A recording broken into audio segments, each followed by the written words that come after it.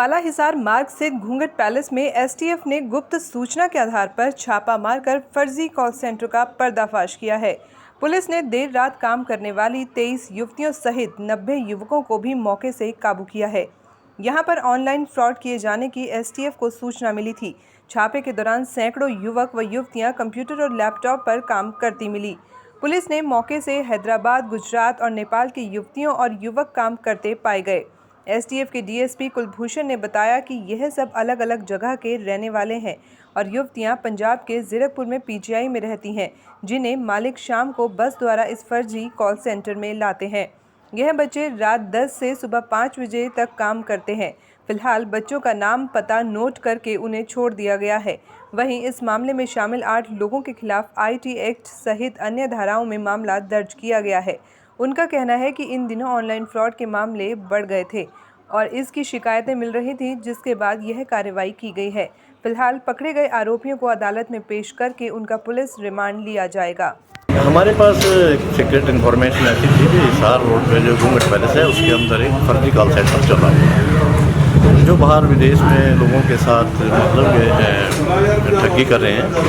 तो 20,000 पे वहाँ पर रेड की गई रात को, और जब रेड की गई वहाँ पर हमें वहाँ सेंटर के अंदर करीब 125 के करीब लड़के और लड़कियाँ जो काम कर रहे थे वो मिले हैं। तो उनसे पूछताछ की गई। जैसा उन्होंने बताया, अभी हमारे को जैसे डायरेक्शन देते थे हम वैसे ही कंप्यूटर ऑपरेट कर रहे थे, और ये हमारे को महीने का 10,000 या 12,000 वो पे देते थे।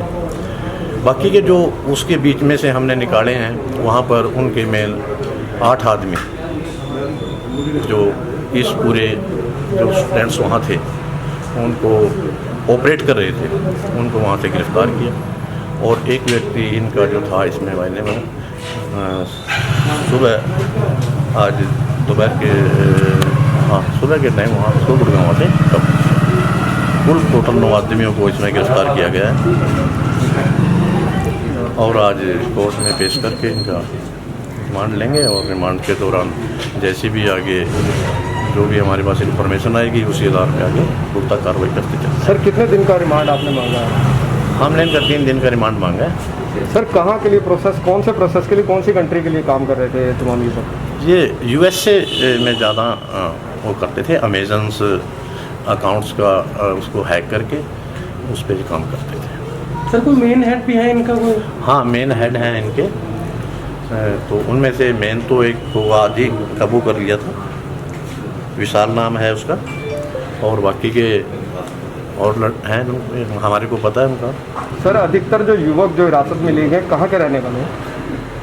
ये सारे हैदराबाद, गुजरात, बॉम्बे, ये यहाँ के रहने वाले। विशाल कहाँ के रहने वाले हैं? ये है तो उधर ही गुजरात साइड का रहने वाला, फिलहाल गुड़गांव में रहता है। सर कब से चल रहा था ये? जनवरी से शुरू हुआ था। जनवरी से लगातार चल रहा था। हाँ। तो कैसे सर पता लगा, कोई कंप्लेंट आई थी, कैसे मालूम पड़ा? नहीं, सीक्रेट इन्फॉर्मेशन सर हमारे पास थी। सर तो कुछ लड़कियां बताई जा रही हैं, कुछ लड़कियां इसमें युवतियां जो थी उनको भी पकड़ा गया था और उसके बाद उन्हें जीरकपुर ट्रांसफ़र किया गया, ऐसा कुछ? नहीं, पकड़ा नहीं गया। ये जीरकपुरी पीजी में रखा हुआ था इन्होंने, जो कॉल सेंटर चला रहे थे। ये लड़कियाँ वहीं से बसेज में लेके आते थे, शाम को सुबह यहाँ से लेके जाते थे। उनसे पूछताछ की गई। जैसे उन लड़कियों ने बताया, अभी हम इनकी डायरेक्शन, हमारे को डायरेक्शन देते थे, आपने ये काम करना है, और उसका हमारे को 14,000 रुपये महीना तनख्वाह देते थे। सर जैसा कि कोरोना काल चल रहा है और ऐसे में जो बस से इकट्ठे लेकर आया जाया करते थे, तो ऐसे में क्या कुछ पैंडेमिक एक्ट के तहत भी कार्रवाई हो सकती है? हाँ, देखेंगे, उसमें भी करेंगे।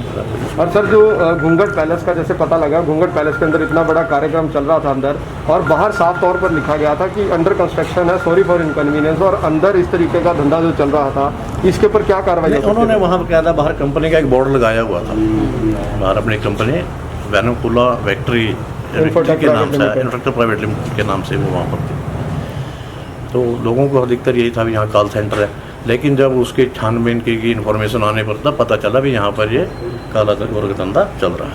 सर कौन सी धाराओं के तहत मुकदमा दर्ज हुआ?